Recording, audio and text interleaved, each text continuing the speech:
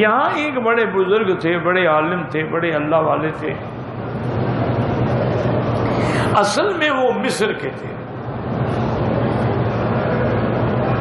انہوں نے والد صاحب رحمت اللہ علیہ زندہ تھے، ان کے پاس آئے اور کہا کہ حضرت میرا بیٹا اتنا نافرمان ہے، اتنا گستاخ ہے کہ میرے گھر میں خود اس نے چوری کے زیورات کی چھوٹی سی صندوقچی میں بند کر کے میرے گھر میں رکھے اور پھر پولیس کو خود اطلاع کر کے میرے اوپر چھاپا ڈلوایا تاکہ مجھے ان میں گرفتار کر دیں۔ میں نے جب دیکھا کہ پولیس دروازے پہ کھڑی ہے، میں نے پوچھا بھی کیا بات ہے؟ انہوں نے کہا کہ آپ کے گھر میں چوری کے زیورات ہیں۔ انہوں نے کہا کہ میں نے کہا اچھا ٹھیک ہے، گھر میں خواتین ہیں، میں ان کو پردے کا کہہ دوں اور پھر تم تلاشی کرو۔ وہ کہتے ہیں کہ مولانا میں جب آیا میں نے دیکھا کہ ایک چھوٹی صندوق رکھی ہے، میں سمجھ گیا کہ یہی زیورات کی، اور میں یہ بھی سمجھ گیا کہ میرے بیٹے کی شرارت ہے۔ میں نے فوراً صندوقی اٹھائی، کتابوں کو نیچے رکھ دی اور داڑھی پکڑ کے اللہ کے آگے درخواست کی کہ مولا ساری زندگی تم نے مجھے عزت دی ہے، اب بڑھاپے میں میری داڑھی کو سیاہ نہ کریں، مجھے بدنامی سے اور ظلم سے بچا لیں۔ کہتا ہے پولیس والے آئے، میرے گھر کا سامان کو اتھل پتھل کر ڈالا، لیکن ادھر کسی نے ہاتھ نہیں لگایا۔ اللہ نے پردہ دیا، وہ ناکام چلے گئے۔ انہوں نے کہا کہ جب ایک بیٹا اپنے والد کو اس مقام تک لے آئے تو میں نے فیصلہ کیا ہے کہ میں اس بیٹے کو آگ کر دوں تاکہ آئندہ اس کا میرے خاندان سے، میری وراثت سے، میرے مال سے، جائیداد سے کوئی تعلق نہیں۔ یہ میں نے فتویٰ لکھا ہے اور مختلف علماء سے میں دستخط کرائے ہیں، میں آپ کے پاس بھی آیا ہوں کہ آپ دستخط کر دیں۔ میں نے کہا حضرت میں دستخط نہیں کرتا۔ انہوں نے کہا کیا وجہ؟ میں نے کہا آپ کر ہی نہیں سکتے شریعت میں۔ نوح علیہ السلام کا بیٹا کافر ہے، باپ کے سامنے کھڑا ہے کہ سآوی الی جبل یعصمنی من الماء، میں پہاڑ پہ چڑھ جاؤں گا، تیرا پانی کیا کرے گا؟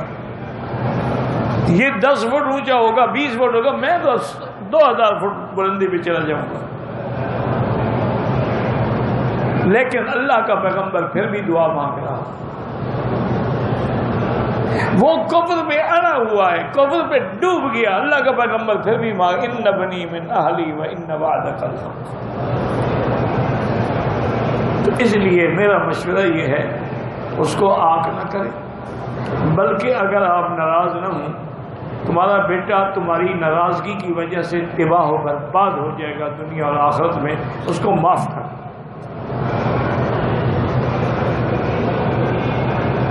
اور جب مصر جاؤ نا تو بیٹے کے لیے کوئی ہدیہ بھی لے جانا، اپنی بہو کے لیے بھی کوئی ہدیہ لے جانا۔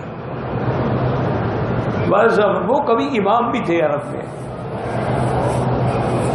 واضح فرماتے ہیں کہ 2-1 مہینے کے بعد وہ آئے، مجھے ملے اور ماتھا چوما میرا اور بڑے خوش ہوئے اور کہنے لگے کہ حضرت آپ نے مجھے بڑا اچھا مشورہ دیا تھا، میں نے بیٹے کے لیے یہاں سے کچھ ہدیہ بھی لیا، بہو کے لیے بھی کچھ زیور لیے، میں جب وہاں گیا ان کو دیا تو وہ دونوں میرے پاؤں پہ گر گئے اور کہا کہ اللہ کے لیے ہمیں معاف کرو۔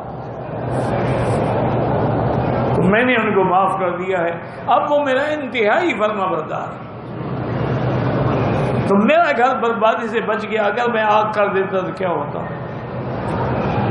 تو اس لیے مسئلہ یہ ہے کوئی کسی کو آگ نہیں کر سکتا، اللہ نے حصے بنائے ہیں، اللہ نے اس کو تیرے گھر میں پیدا کیا ہے، تم کون ہو اس کو معلوم کرنے والے؟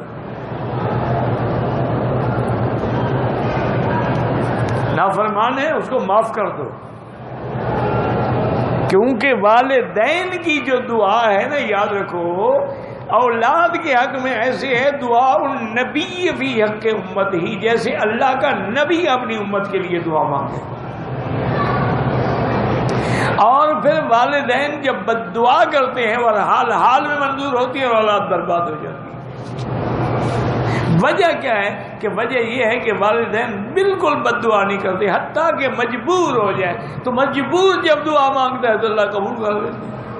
امن یجیب المضطر اذا دعا، اس لیے اپنی اولادوں کو ان کی نافرمانیوں کے باوجود بھی معاف کر، اور ان کے لیے روزانہ 2 رکعت تہجد، 2 رکعت نماز صلاۃ الحاجہ پڑھ کے دعا کیا کریں، اور یاد الجلال والاکرام، یاد الجلال والاکرام، یاد الجلال والاکرام، اس نام کو کثرت سے پڑھیں، اور پھر ربنا ہب لنا من ازواجنا وذریاتنا قرۃ اعین وجعلنا للمتقین اماما، یہ دعا مانگیں، اللہ رحم فرمائے۔